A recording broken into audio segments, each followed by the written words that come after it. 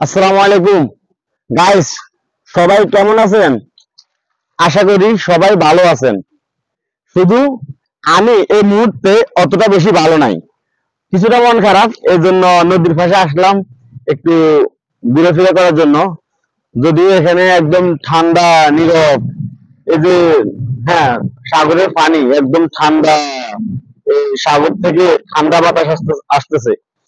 এই জন্য আমি কি করছি, নদীর পাড়ে আসি, বসলাম, একটু ঠান্ডা বাতাস খাইতেছি, মনটারে একটু সান্ত্বনা করতেছি।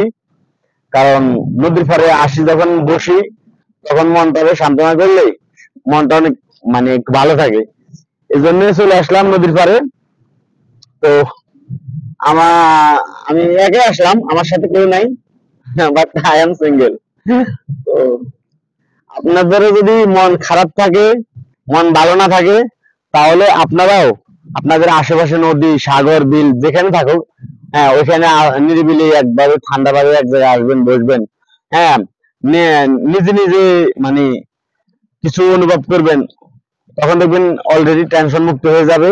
আর মানে তেমন একটা কষ্ট বেশি লাগবে না। আর একা একা যদি মানে হিমশিমের ভিতরে থাকেন, অথবা বেশি মানুষের ভিতরে থাকেন, তাহলে কিন্তু আরো বিরক্ত বিরক্ত বোধ লাগে আর কি, ভালো লাগে না এরকম। তো আসলাম নদীর পাড়ে একা একা ঘুরতে। আর নদী একদম ঠান্ডা নিরিবিলি, আজকে নদীটা অনেক সুন্দর।